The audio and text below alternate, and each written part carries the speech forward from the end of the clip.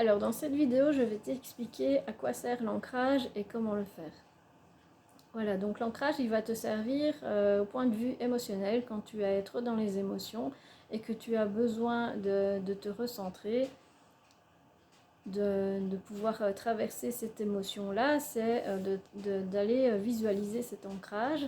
C'est aussi quand il y a trop de cogitation mentale, parce que quand l'énergie submerge ton cerveau, en fait, tu n'arrives plus à sortir de ce mental-là qui s'active. Et donc, c'est important de revenir vraiment dans les pieds et dans les racines, et dans cet ancrage. L'ancrage permet aussi de réaliser et de se mettre en route dans ses projets. Il permet aussi, dans tout ce qui est anxiété, hein, quand il y a beaucoup d'anxiété, c'est d'aller vraiment se connecter à son corps. Donc plus tu es connecté à ton corps, plus tu seras vraiment au contact de tes sensations et de tes besoins. Donc c'est très très important, parce que si tu vis sans être en contact de tes sensations et de tes besoins, tu peux très bien, par exemple, manger de trop ou pas assez. Ne pas savoir quand tu dois aller à la toilette, ou ne pas pouvoir t'arrêter pour aller à la toilette ou pour boire. Donc c'est pour ça que c'est vraiment important. Alors, la première des choses à faire, si c'est trop compliqué pour toi de faire cet ancrage, je vais t'inviter tout d'abord à te fixer des moments où tu es tranquille, où tu peux être tranquille pour le faire. Ça ne doit pas durer spécialement beaucoup de temps, mais c'est bien de le faire souvent, justement, pour que ça devienne un réflexe. Et donc, prendre conscience vraiment des, de ta présence ici, là et maintenant, plutôt que de partir dans la tête. Donc, c'est vraiment cette importance pour ne pas se dissocier aussi, hein. Donc, parfois, quand on a des traumas, quand on a vécu quelque chose de compliqué durant la journée, ou même qu'on repense à des événements du passé ou à ces problèmes, cet ancrage est vraiment très très important. Donc ce que je t'invite vraiment à faire, c'est de te choisir un moment où personne ne peut te déranger. Ça peut être un petit rituel du matin, même alors que tu mets tes chaussures pour aller travailler, par exemple. Ça ne doit pas durer longtemps, 2-3 minutes. Et il y a des moments où tu vas peut-être avoir envie de t'octroyer beaucoup plus de temps, et ça va te prendre 1 heure. Et c'est ok en fait. Ce qui est important, c'est la régularité. Donc, te connecter à tes pieds, te mettre dans tes sensations dans tes pieds, c'est-à-dire que tu vas poser tes pieds par terre et aller ressentir. Et tant que tu ne ressens pas dans tes pieds, je t'invite à te connecter à tes pieds vraiment. Peut-être que tu auras besoin dans un premier temps de bouger tes pieds dans les chaussures, parce que si par exemple tu es dans une crise d'anxiété, tu peux très bien être déconnecté de ton corps, être dissocié. Donc important, aller sentir les sensations dans tes pieds avant tout. Les zones de chaleur, les zones de fraîcheur, ça peut être des sensations énergétiques, ça peut être des picotements, toutes les sensations auxquelles tu vas te connecter à ce moment-là dans tes pieds, c'est bon, c'est que tu es au bon endroit.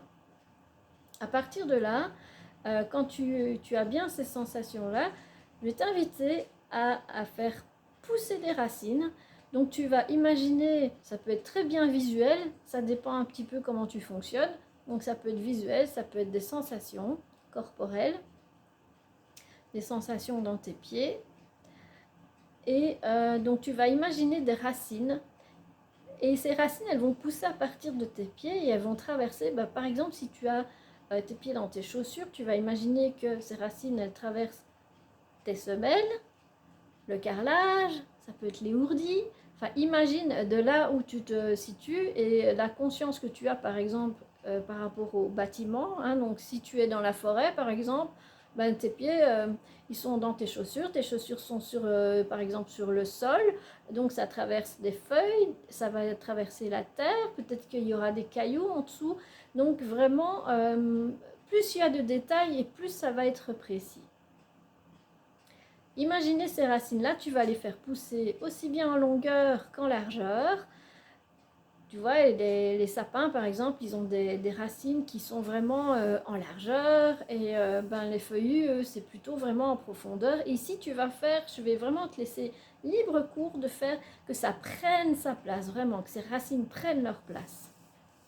Et puis, une fois que les racines sont totalement poussées, donc le plus loin possible, vraiment pour que tu prennes ta place et que tu sois dans cette présence de pleinement déployer ces racines, je vais t'inviter à formuler une demande claire à la Terre. Donc tu peux l'appeler Gaïa, tu peux l'appeler la Terre-Mère, tu l'appelles comme tu veux, comment ça te parle. Ça peu importe. Il n'y a pas d'idéologie, il n'y a rien de tout ça. On est tous ici sur Terre en tant qu'humains incarnés. Et donc tes croyances, elles t'appartiennent, mais on est de toute façon tous là. Voilà. Donc tu vas dire... Par exemple, moi, ce que je dis, c'est très chère Garia, je te remercie de m'accueillir en ton sein et j'ai besoin aujourd'hui de m'ancrer parce que je suis triste et que j'ai vraiment besoin de réconfort. Et donc, tu vas faire, tu demandes en même temps, ben voilà, je demande à ce que l'énergie de la terre entre dans mes racines pour me permettre de me sentir plus sereine aujourd'hui, ou alors ça peut être parce que j'ai besoin d'être plus présente, j'ai un rendez-vous à la banque par exemple, pour être totalement concentrée. Cette énergie de la Terre, elle va monter. Tu vas la faire monter. Tant que tu ne la vois pas monter, tu attends, tu réitères cette formulation. Tu dois vraiment sentir que la formulation est juste pour toi. L'énergie de la Terre va monter. Tu peux imaginer, donc si tu es très visuel, donc tu vas imaginer que cette énergie, elle est rouge, hein, comme le premier chakra. C'est vraiment la couleur de la Terre, de l'amour de la Terre. C'est tout le côté féminin, enveloppant, qui vient vraiment du sol et qui va venir nourrir tes racines. Tu vas les faire monter. Ce qu'il faut savoir, c'est qu'il y a 7 chakras inférieurs. Donc tu vas imaginer un peu comme s'il y avait des paliers. Ça peut être des paliers, des escaliers, 7 marches, hein, comme tu veux. Et de faire monter cette énergie-là, la première marche, la deuxième marche, jusqu'à la 7e marche.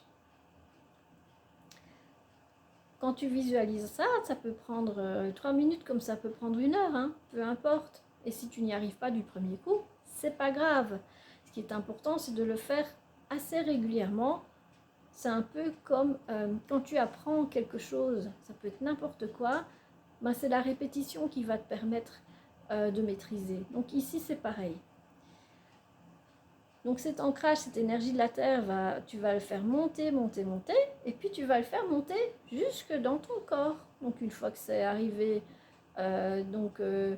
au niveau de tes pieds, de tes jambes, ça va remonter dans ton bassin. Tu vas imaginer vraiment un peu comme s'il y avait de l'eau, comme s'il y avait cette énergie rouge qui remonte, ou alors les sensations, hein, donc ça peut être que des sensations, c'est très possible que tu ne vois pas les images, ces sensations qui vont monter, et tu vas imaginer que chacune de tes cellules vont être baignées par cette énergie de la Terre. Voilà. Donc, je ne peux pas mieux expliquer que ça. En tout cas, je t'invite vraiment à expérimenter, à le faire, peu importe, que ce soit au matin quand tu lasses tes chaussures pour aller au boulot, ça peut être quand tu prends ta pause au boulot, ou quand tu as un appel important à faire, tu peux aussi le faire durant l'appel, juste avant d'appeler, de prendre conscience de tes pieds, de cet ancrage. Il n'y a pas besoin de faire quelque chose de très long à ce moment-là, mais plus tu vas le faire régulièrement, et plus ce sera présent et ce sera accessible. Voilà.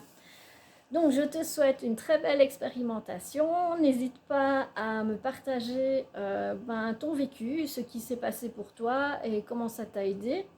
Peut-être que tu auras envie de me partager aussi en rapport avec les sensations que tu auras ressenties. Tiens, comment est-ce que je ne pensais pas être visuelle et puis finalement j'ai bien vu les choses. Ah, je pensais que moi je ressentais rien, mais en fait là j'ai senti vraiment très fort les choses. Ou alors dire, ben moi en fait je ressens rien, c'est totalement autre chose. Je ne vois rien, c'est totalement autre chose. Et c'est ok, c'est juste toi, ton mode de fonctionnement. Et ça en fait ça t'appartient et c'est ok. Voilà. Donc, belle expérimentation et puis à tout bientôt!